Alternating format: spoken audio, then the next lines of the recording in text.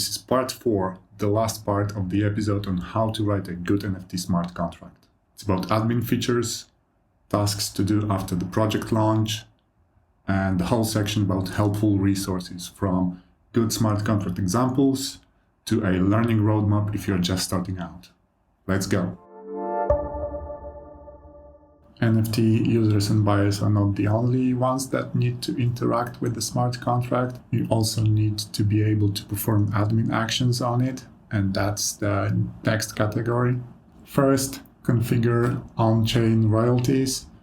There are royalties configured per marketplace. It's 5% on OpenSea, and each marketplace can set their own percentage.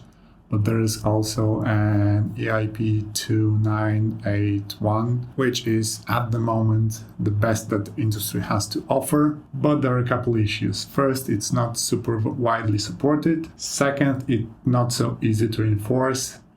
And if a marketplace decides that it will not enforce it and that it will not set any royalties, then whatever you configure, even in this EIP, if the marketplace decides that there are no royalties, there's zero, then you as a creator will get zero. So this is still an unsolved project. This is an attempt to do that, but in order to enforce it, the marketplaces need to play along, which most of them do, but not all of them. As mentioned previously, you need to be able not to just pull money out like Ether with this withdraw function, but also you need to be able to pull tokens out so that these are not sitting in your contract and you see them but don't have an ability to do anything with them if you do not have the function to withdraw the ERC20 tokens. You also might want to make your token, your right, upgradable. For example, even if everything is fine with your contract right now, even if there are no security bugs at the moment, there might be bugs found in the future, even if it's not your fault, but you need to be able to upgrade your token URI so that it addresses those security issues.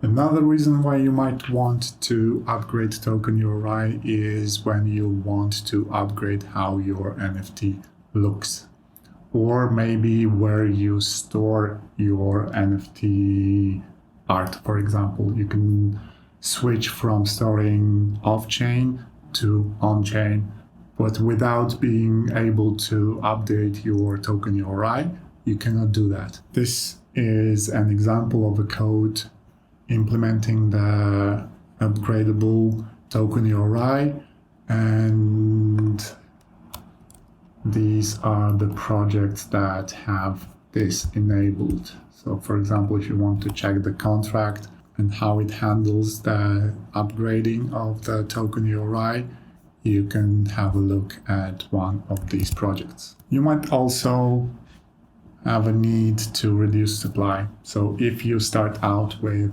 10,000 NFTs or maybe 50,000 or whatever, but at some point you decide that you do not want to have 10,000 but maybe 5,000, then having an option to reduce supply will enable you to do that.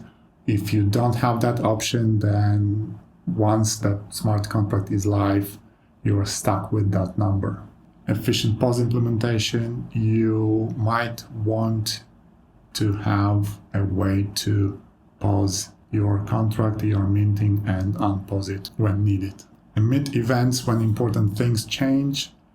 This is pretty straightforward. First, you need to declare the event at the beginning of your smart contract, and then you need to emit the event when something actually happens. This serves a couple purposes. So one, it allows for the front end to change based on that event. So for example, if the event is that your NFT has been minted, then the front end can show that NFT once it's minted. But second, this also serves as a storage for some important data that you can then access later based on those events and based on data in those events.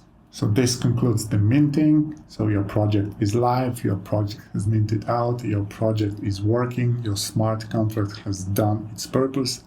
And after launch, there are a few things to keep in mind, like split the profits with the team.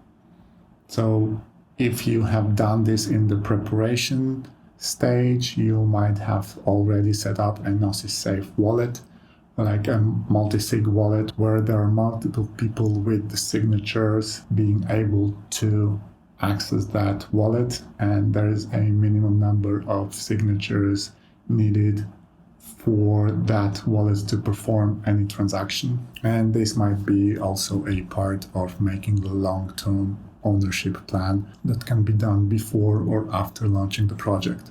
And also, of course, don't forget to configure your collection on all the marketplaces, OpenSea, LooksRare, any other that are active now or will be active in the future. That concludes the 73 points of the checklist.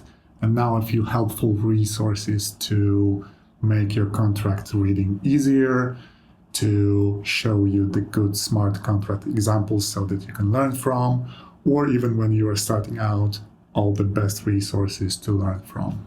So first, you can read all the contracts, all the smart contracts on Etherscan, but it's not the most effective or the most beautiful or the most efficient way to do it. So there is a tool called Contract Reader where you go to contractreader.io, enter the smart contract address, and then you get everything about this contract. So you have all the files that were used to launch that smart contract, that NFT project.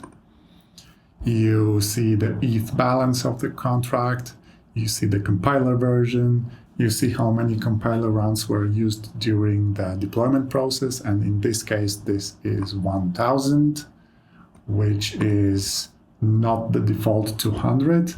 And besides that, you get all the contract ABI, you see what you can use, and it's much easier to search and to read the contracts than on Etherscan.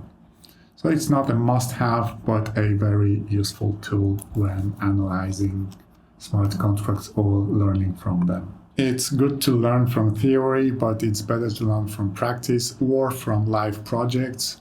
Luckily, on blockchain, everything is public, so learning from good NFT smart contracts is something that can very easily be done. You need to start studying first the OGs, the old NFTs, the ones that started it all or were at the beginning. So study them. Those are usually quite simple ones because there were no advanced features and smart contracts available as we have right now. So it's easier to understand them. It's easier to see what all the parts of the contracts are doing.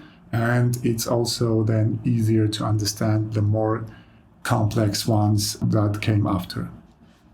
So study them, but don't copy them, because more likely than not, there are more efficient ways to do things now. Once you have studied the OGs like the CryptoPunks or CryptoKitties or Apes, you can start looking at the more advanced and modern ones like Azuki, for example. Azuki, which introduced ERC 721A, or CryptoCoven, which was at the moment when it launched was quite innovative and interesting contract. Goblin Town, while not a fantastic project as an NFT, but it has a very creative smart contract, so it's worth looking at the contract and maybe having a laugh or two as well. Scientists from Kaiju Kings is another creative and interesting contract to study. And there's also a whole list of cool contracts to see. compilation of smart contracts that are cool, fun, or interesting. These are usually more complicated in one or more ways. Otherwise, they wouldn't be that interesting. So I wouldn't start with those, but once you start getting more comfortable with all the basic stuff or like open Zeppelin functions and want to advance to something that is more interesting, then you can go through the projects here and see what they're doing, how they're doing, and why they're doing it. And a rule of thumb, newer projects are usually better, especially newer, more established projects. Usually use the latest Solidity version, usually use the latest open template contracts. So take advantage of that, learn from the newer, more established contracts, get comfortable with it, start building your own. And if you are really starting out and you're starting maybe from scratch or almost from scratch, then this could be a very good roadmap for you. So first, start reading through the Solidity docs. Solidity has actually very good documentation. So even if you are starting out, even if you don't understand 80% of it, start with reading through it. First, to see what's there, and second, to see what you do not know and what you do not understand, so that when you start learning, everything starts getting into place and you start understanding the big picture. Once you have read through Solidity docs, then start reading a lot of code. Start, like I mentioned previously, start going through the older, more established smart contracts. They tend to be simpler.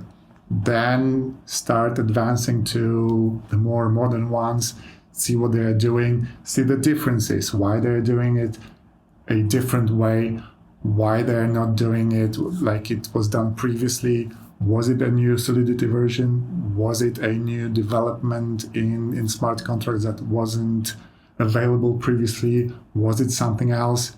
Was it OpenSea doing things that we don't want them to do? Could be many different things. If you want to start studying newer, fresher, more modern Solidity smart contracts, then you can have a look at Solidity projects on GitHub, the trending projects by language Solidity, and then you can start going through those resources. So this is for Forge, this is Soulmate, already mentioned as well, and you can start looking at NFT projects here, and if anything catches your eye, for example, Hashlip's NFT contract, and you could go through this mentioned in the previous episode. Once you have seen enough code, then it's time to do some more structured learning. And there's nothing better that exists, at least at the moment, than Patrick's 32-hour Solidity course. This is not 1 hour, this is 1 day, 7 hours and 54 minutes. And if you go through all of this, you are practically guaranteed to be at least intermediate in Solidity. A couple more tutorials that are quite good and helpful is OpenSea Guide. It gives you some big picture how to structure your smart contract, but also some very detailed things on how to launch, what to do, how to create the collection and everything else. Crypto Zombies is another great resource to start learning.